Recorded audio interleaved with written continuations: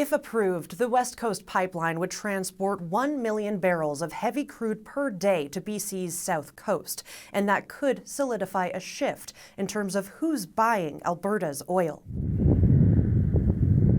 The U.S. has long been the main customer for Canadian oil, but Statistics Canada is reporting a jump in crude shipped to Asia and Europe, up 47% from April last year. Asia has become the big buyer and is likely to stay the big buyer for our oil. Richard Masson says the Trans Mountain Pipeline corridor, which runs to the BC coast, means Canada can regularly deliver more oil to Asia.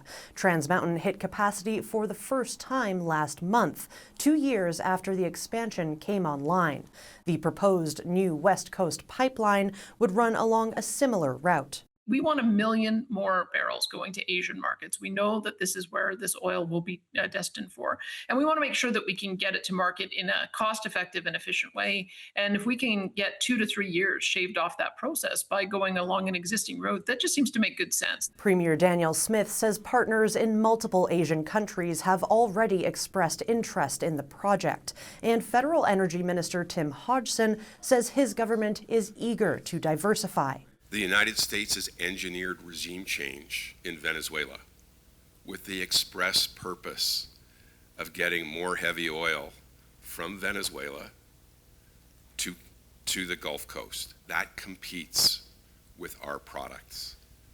When we only have one customer and they're looking to replace our products, we need to respond.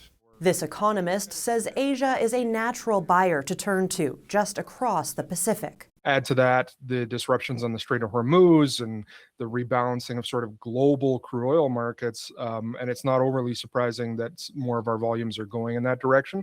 But important to realize that while it sounds like a huge chunk, it's a huge chunk of non-U.S. exports, and the U.S. is still very much the dominant consumer for Canadian crude. Besides the newly announced plans for the West Coast pipeline, Enbridge is also expanding its capacity to the U.S.